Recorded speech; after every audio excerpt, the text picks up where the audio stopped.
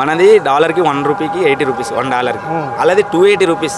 ఎంత చీప్గా బతుకుతుందంటే అంత చీప్గా బతికింది కాక మీరు నన్ను ఎన్ని కొట్టినా తిట్టినా ఇంకా శాంతి అంటే అది మంచితనం అవ్వట్లేదు, చేతగానితనం అవుతుంది. నన్ను తినలేదు, AK-47 వేసుకొని మాత్రం టూరిస్టుల మీద ఎగబడతారు అనమాట. ఇప్పుడు ఇంకోటి ఏంటంటే మన ఇండియాలో మన వాళ్ళు మనకి చిచ్చు పెట్టాలని ఒక సింపుల్ లాజిక్ కూడా వాడారు వాళ్ళు. ముస్లిమ్స్ అందరిని వదిలేసి హిందువులందరినీ చంపేశారు.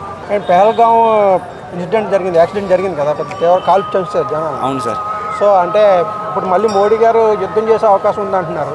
యుద్ధం అంటే రెండు దేశాలకు కూడా కొంచెం ప్రాబ్లమ్స్ ఉంటాయి కదా, సో యుద్ధం రావాలంటారా అవసరం లేదంటారు? జరగాలి సార్. ఇంకా ఎన్నిసార్లు మనం ఇంకా సైలెంట్గా శాంతి అనుకుంటే వాళ్ళు చెలరేగుతూనే ఉన్నారు. కష్టం మీరు అంటున్నట్టు అది నిజమే, మనం కూడా కొంత లాస్ అయితే అవుతాం. కాకపోతే తేల్చేసుకోవాలి. ఇంకా అమాయక జనాలు చంపించుకుంటా మనము కూర్చోలేం కదా. సో అంటే దీనికి యుద్ధం కంటే కూడా డిప్లొమాటిక్గా కొంచెం ప్రపంచ దేశాలన్నిటితో కలిసి ఆ కంట్రీని బ్లాక్ లిస్ట్లో అది పెట్టించి దానికి బుద్ధి వచ్చేలాగా చర్యలు తీసుకునే బెటరా, లేకపోతే ఇదే యాక్షనే బెటర్ అంటారా? మనము యాక్షన్ కాదు సార్, నిజంగా ఆల్రెడీ బ్లాక్ లిస్ట్లో మనం పెట్టించాల్సిన అవసరం లేదు. పాకిస్తాన్ ఆల్రెడీ వరస్ట్ అయిపోయింది. ఎంత వరస్ట్ అంటే మనది డాలర్కి ₹1కి 80 రూపీస్, $1. అలాది 280 రూపీస్. ఎంత చీప్గా బతుకుతుందంటే అంత చీప్గా బతికింది కాక ఇంకా వీళ్ళని గెలుపుతూ ఉంటుంది. ఆఫ్ఘనిస్తాన్ గెలుస్తుంది, ఇండియన్ గెలుస్తుంది. అలాగే ఎందుకు అసలు అవసరం లేదు. ఆల్రెడీ వరస్ట్ పాస్పోర్ట్ అది. పాస్పోర్ట్ కూడా ఎక్కడికి చెల్లదు, వేస్ట్ పాస్పోర్ట్. పాకిస్తానీ అంటే పాకిస్తాన్లానే చూస్తారు. అటువంటిది ఇంకా వాళ్ళని బ్లాక్ లిస్ట్లో పెట్టడం ఏంది? నిజంగా యుద్ధం ప్రకటించాలి వాళ్ళ పైన. అంటే అంత పేదరికం వల్లే ఇలాంటి తీవ్రవాద కార్యకలాపాలు పెరుగుతున్నారంట, అంటే మనుషులు అలా తయారవుతున్నారంటారా? పేదరికం అంటే సార్ ఉగ్రవాదులు బాగానే ఉన్నాయి సార్, ఫండ్స్ అన్ని బాగానే వెళ్తున్నాయి వాళ్ళకి. వాళ్ళు నిజంగా గుద్దమారి ఉంటే నిజంగా బూతులు వస్తున్నాయి. వాళ్ళు నిజంగా ఫైనాన్స్ వాళ్ళు కొంచెం ఇదై ఉంటే అన్నీ మూసుకొని ఉండేటోళ్ళు. ఉగ్రవాదులు బాగానే వెళ్తున్నాయి, ఫండ్స్ వెళ్తున్నాయి. అవి ఎక్కడి నుంచి వెళ్తున్నాయి, ఏం వెళ్తున్నాయో తెలియట్లేదు. అవి కూడా కొంచెం మనం సెర్చ్ చేయాలి. అంటే జనాల భవిష్యత్తు బాగోపోయినా ఇటువంటి కార్యక్రమాలకు డబ్బులు వస్తున్నాయి అంటారా? అదే కదా సార్, తిన్నానికి తినలేదు, బాంబే వేయడానికి మాత్రం నాకు డబ్బులు ఉంటాయి. తిన్నానికి తినలేదు, AK-47 వేసుకొని మాత్రం టూరిస్టుల మీద ఎగబడతారు అనమాట. రాజకీయ నాయకులు చేసే అదో పనులు ఎలా అంటారంటే అక్కడ రాజకీయ నాయకులు ఖచ్చితంగా సార్, వాళ్ళే స్ట్రిక్ట్గా ఉంటే ఇక్కడ దాకా రాదు కదా మ్యాటరు. మనలు కూడా ఏంటంటే శాంతి అనే ఒక మాట వల్ల ఆగుతున్నారు, కానీ లేదంటే వేరేలా ఉండేది. ఇప్పుడు ఇంకోటి ఏంటంటే మన ఇండియాలో మన వాళ్ళు మనకి చిచ్చు పెట్టాలని ఒక సింపుల్ లాజిక్ కూడా వాడారు వాళ్ళు. ముస్లిమ్స్ అందరిని వదిలేసి హిందువులందరినీ చంపేశారు. అందులోకి వచ్చి ఒక సయ్యద్ అనే ఒక అబ్బాయి, ఆయన ముస్లిమే అయినా ఆయన కూడా కాపాడడానికి వెళ్ళాడు, ఆయన కూడా చనిపోయాడు కదా అలా. సో అంటే ఇప్పుడు పాకిస్తాన్లో కూడా, కాశ్మీర్లో కూడా ముస్లిమ్స్ హిందువులకు సపోర్ట్గా చాలా ర్యాలీలు అవి చేస్తున్నారు.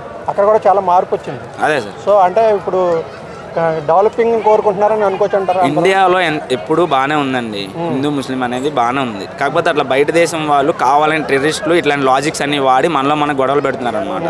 వాళ్ళు కావాలని ఫ్యాంట్లు ఇప్పించేసి చంపడం అనేది అండ్ అందరికీ తెలియాలి. అంటే మీరు వేరు అని చెప్పి సపరేట్ చేసి వాళ్ళు ఏంటంటే మనలో కొట్టుకుంటున్న టైంలో వచ్చి అటాకులు చేయడానికి ట్రై చేస్తున్నారు. అదే కదా లాజిక్. అంటే ఈసారి వాళ్ళు గొడవ పెట్టాలని చేసినా వాళ్ళు సక్సెస్ అవ్వలేదంటారా? హిందూ ముస్లిం గొడవ పెట్టాలని చేసినా అవ్వలేదండి. చాలా వరకు మార్పు వచ్చింది. హైదరాబాద్లో అవ్వచ్చు, ఎక్కడైనా అవ్వచ్చు. కొంచెం ఎడ్యుకేటెడ్ పీపుల్ ఎప్పుడైతే పెరుగుతున్నారో కులం కోసం మతం కోసం కొట్టుకునే గొడవలు అయితే కొంచెం తగ్గుతున్నాయని నేను నమ్ముతున్నాను. సో డెవలప్మెంట్ జరిగితే ఎటువంటి అన్ని సమస్య పడడానికి అవకాశం ఉండదు. ఖచ్చితంగా సార్. ఆల్రెడీ మన దేశం బాగుంది, ఎక్కడికి వెళ్ళినా కొంచెం వాల్యూ ఇస్తున్నారు. మనలో మనకే కొంచెం ఏంటంటే గొడవలు పడ్డము, మనోళ్ళు కొట్టుకోవడము, ఇకపోతే బెంగాల్లో కానీ అక్కడ కానీ ఇక్కడ కానీ అటాకులు కొంచెం జరుగుతున్నాయి. అలాంటివి కొంచెం మనల్ని ఆలోచించి తగ్గించుకోవాలన్నమాట. అంటే వాళ్ళు హిందూ ముస్లిం గొడవలు పెట్టాలని ఏ టార్గెట్తో అయితే ఈ అటాక్ చేశారో అది సక్సెస్ అవ్వలేదని వచ్చారా? అవలేదు సార్, కానీ కావాలనే లాజిక్ అయితే వాడారు.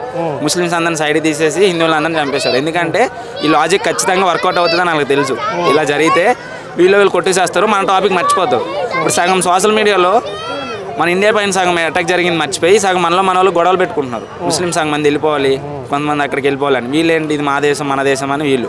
ఇప్పుడు ఏంటి మేమర్స్ కానీ వీళ్ళు మన వాళ్ళు మనకే ఫైట్ అవుతుంది సోషల్ మీడియాలో, చూసారా లేదా? అదే అందరినీ చంపేసి ఉంటే కథ వేరే ఉండేది. ఇప్పుడు హిందువుల్ని ముస్లింలు అందరిని చంపేస్తే ఇండియా పైన అటాక్ జరిగిందనే థాట్లోకి మనం వెళ్ళేవాళ్ళం. అలా కాకుండా వాళ్ళు ఏం చేశారంటే హిందువులు చంపేసి ముస్లిమ్స్ వదిలేశారు. అప్పుడు మనలో గొడవలు అవుతాయి కదా, అది ఖచ్చితంగా వాళ్ళు కావాలని చేశారు. అంటే ఎక్కడ కొంచెం సక్సెస్ అయ్యారు అనుకోవచ్చా, అవ్వలేదంటారా? ఫస్ట్లో అలా అయ్యారు. మన వాళ్ళు కొంచెం తెలుసుకొని ఇంకా సయ్యద్ అనే ఒక పర్సన్ది ఆ స్టోరీ కూడా బయటికి రావడము కొంచెం మళ్ళీ మన వాళ్ళు ఆలోచించడం స్టార్ట్ చేశారు. లేదంటే ఫస్ట్లో కోపం పడ్డారు ఒకరి మీద ఒకరు. బట్ ఏంటంటే హిందూ ఒక అమ్మాయి పైన అటాక్ జరుగుతుంది, ఆయన వెళ్ళి రైఫిల్ లాక్కోవడానికి ట్రై చేస్తే ఆయన కూడా చంపేశారు. అప్పుడు అర్థమైంది పాకిస్తాన్ వాళ్ళకి హిందూ లేదు ముస్లిం లేదు, వీడు ఇండియా రక్తం అంటే వాళ్ళు చంపడానికి రెడీగా ఉన్నారు. వాళ్ళకి ఏం థాట్స్ లేవు, అన్నీ కాసుకొని కూర్చున్నారు. మన మీదే వాళ్ళకి ఒక డెవలప్మెంట్ మీద సంబంధం లేదు, ఒక మంచి ఫుడ్ తినాలని లేదు, ఒక లగ్జరీ లైఫ్ అవ్వాలని లేదు, ఏం లేదు. ఎంతసేపు మన ఇండియా మీద అటాక్ చేయాలని. సో యుద్ధం వస్తే మంచిదే అంటారు.